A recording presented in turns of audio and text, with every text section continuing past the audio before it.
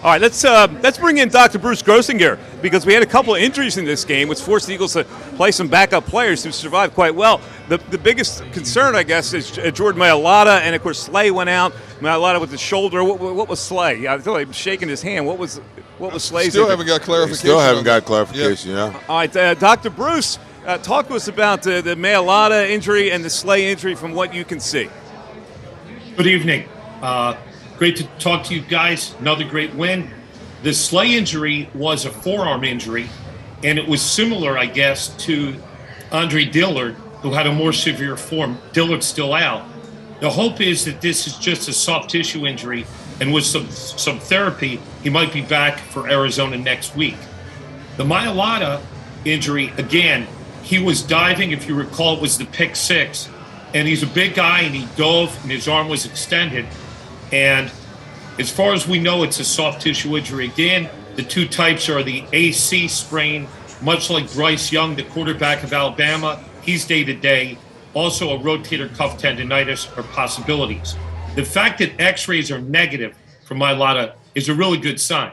It means that he did not have a humeral fracture, and he did not dislocate or separate his shoulder. So both of them, in your opinion, would be goes for next week? Well, it's a hypothetical. If they're hypothetically soft tissue, I would say so.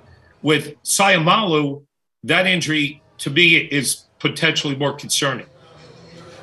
Doctor, when we look at the Sayamalu injury, we saw him grab his ankle, and you could tell he was grimacing in pain.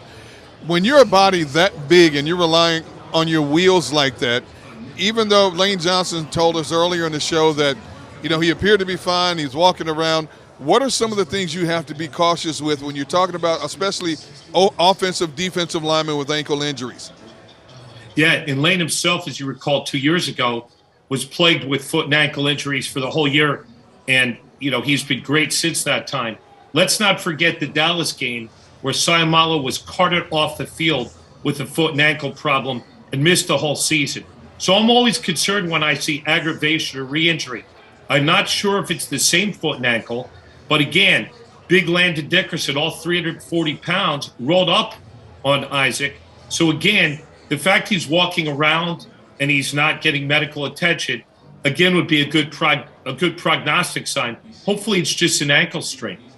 Doc, the play, I'm sorry, you go ahead. No, I was going to ask him, of all the injuries that happened today, and even the Boston Scott injury that he was deactivated for, and the Avonte Maddox, which one really concerns you the most long term? Because we seen Jordan Mailata on the sideline, testing the shoulder, see if he could go back. He looked pretty good, but they held him out. You got Isaac Sayamalu and Lane Johnson saying that he's walking around the locker room. He looks pretty good. It's just a different era of football where guys just wouldn't tape an aspirin on it and get back out there like we used to do back in the day. But some of these players are integral parts of really what makes this team so uniquely good and so uniquely different. I'm concerned moving forward because they were relatively injury-free through the first 3 weeks, and now you've got about 5 starters that could potentially be out of the game next week. Which one are you most concerned about? I'm most concerned about Avonte Maddox, frankly, especially in that last drive when Jacksonville scored. They basically, the slot receiver torched the backup, I guess it was Josiah Scott, and there's no real comparison between the two. Also, take a look at the position. Just a D-back, just to have mobility and speed and to be able to cut, move the hips. So Avonte Maddox, I haven't examined him, but that would be my most concerning from a football standpoint. Let me ask you about a couple things in this game. One was Jalen Hurts getting blasted at the goal line, and we said, oof, that looks like a jolt, a hit, and I'm going to get to in a minute to the Tua situation. When a doctor looks at that, what is he thinking? And also the Jake Elliott, where he kind of got his leg extended and hit, and we saw him on the sidelines take a pill of some sort. I assume that's just ibuprofen, or what is the doctor giving him in that situation? I found that enjoyable. That's as you would say, that's a byproduct of the new digital era. In the old days, you wouldn't have caught that. But I presume, hopefully, it was just ibuprofen.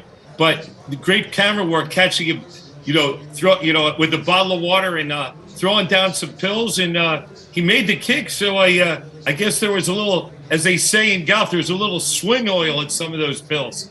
Yeah. Well, okay. So let me get to, since we have you here, because this is taking over the NFL, this controversy. A lot of people are talking about the Tua situation and going from the one game to the next, and the independent evaluator gets fired over this. What is your take on this whole situation, and how bad does it make the NFL look? Well, ironically, I was at the game. I think all of this started with the hit in the Bills game. And Tua was knocked, he hit his head down, and he had something called gross motor instability. Mike, you saw him staggering around. Last week, I alluded to Deshaun Jackson. To me, that was a clear sign of concussion. He should have gone into a 5-stage concussion protocol. There's a lot of upheaval this week, and it's big news. But if they would have put him into concussion protocol, he wouldn't have returned to the game. The fact that Tua came back 5 days later and was slammed to the turf and literally had a fencing response where his fingers were disinhibited, that's really very concerning from a neurological standpoint. And there's an entity called second impact syndrome having to do with deregulation of the neurotransmitters, a liberation of glutamic acid, and a lot of bad things when you have a concussion within 1 week of another. And obviously, the way in practicality I think it's going to play out, I think all teams are going to be more conservative. And eventually, they're supposedly going to be amending the concussion protocol. But that's going to have to deal with the collective bargaining agreement. It's going to be a chess match between the league and the Players Association. But practically, I don't think you're going to see somebody with gross motor instability staggering around and returning to play 15 minutes later. I think that'll be the upshot of the Tua situation. Dr. Bruce, thanks for the info. We appreciate it. We'll talk to you next week.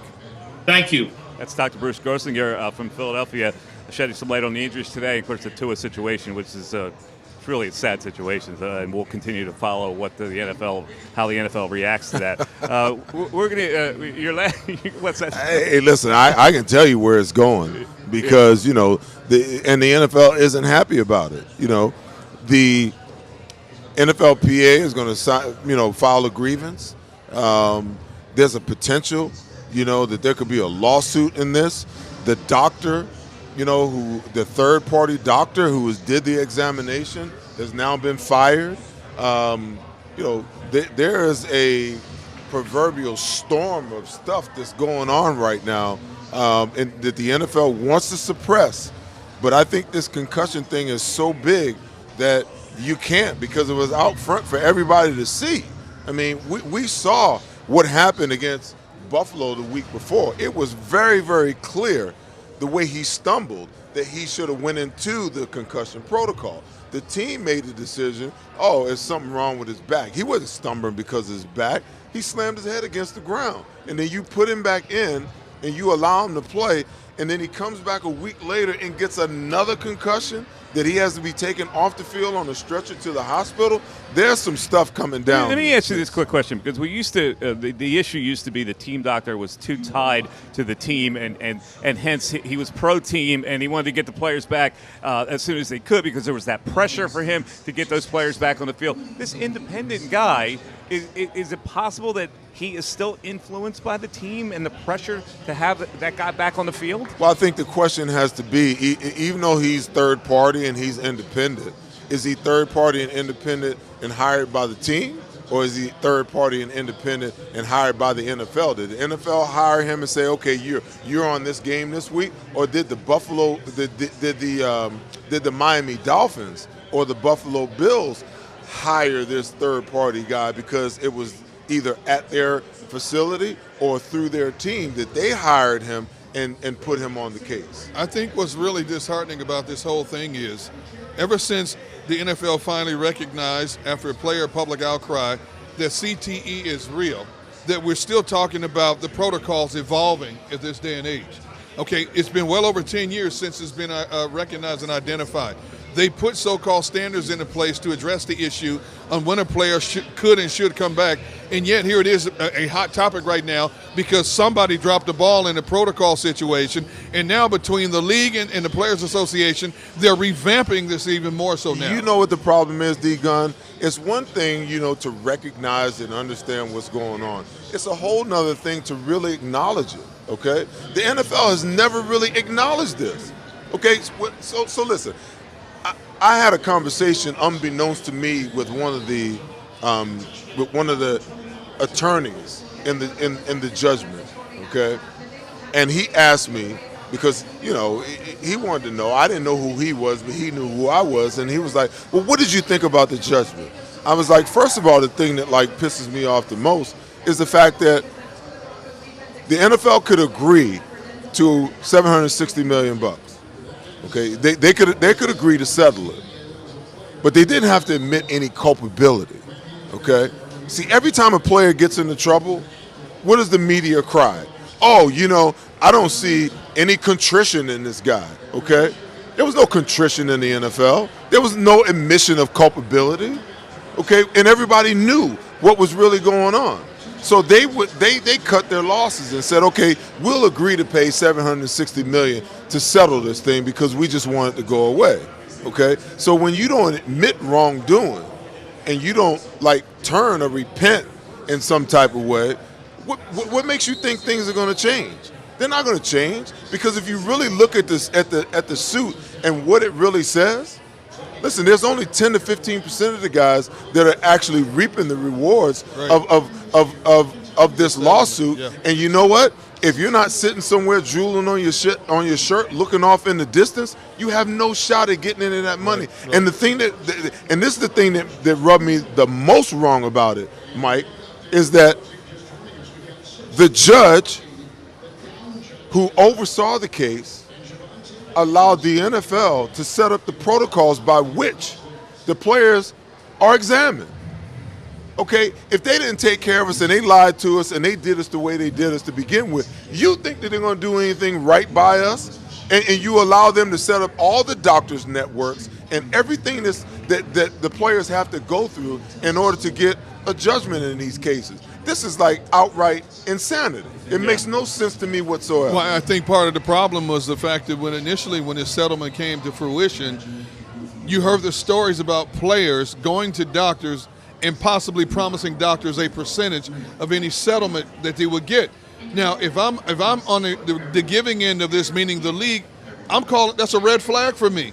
Then I've got to change the way in which we look at these players and who did you go to, and I want to see the evaluation, because if that's the case, any player can pull this, and unfortunately, it affects a good percentage of players that really need this. The only way that you get an unbiased and equal situation in this is that the judge should have required that the NFL pay for a third-party outside entity. True. Okay. True. To non-biasedly, not biased on the NFL side or the player side, to non-biasedly set up all the protocols, all the neurologists, all the psych doctors, everything. You set it up separately, so there is no ambiguity in this thing. Right. That's the way that it needed to be set up. All right, the show's not over, and we're coming back with game balls. Devin will be back with us. We'll give out game balls. We'll look at the upcoming schedule. Where could they first lose their first game? Well, we don't know. Maybe they can roll out 8-0. It's the Eagles Pond La Hockey postgame show. Man, this is hard to believe. We're back after this.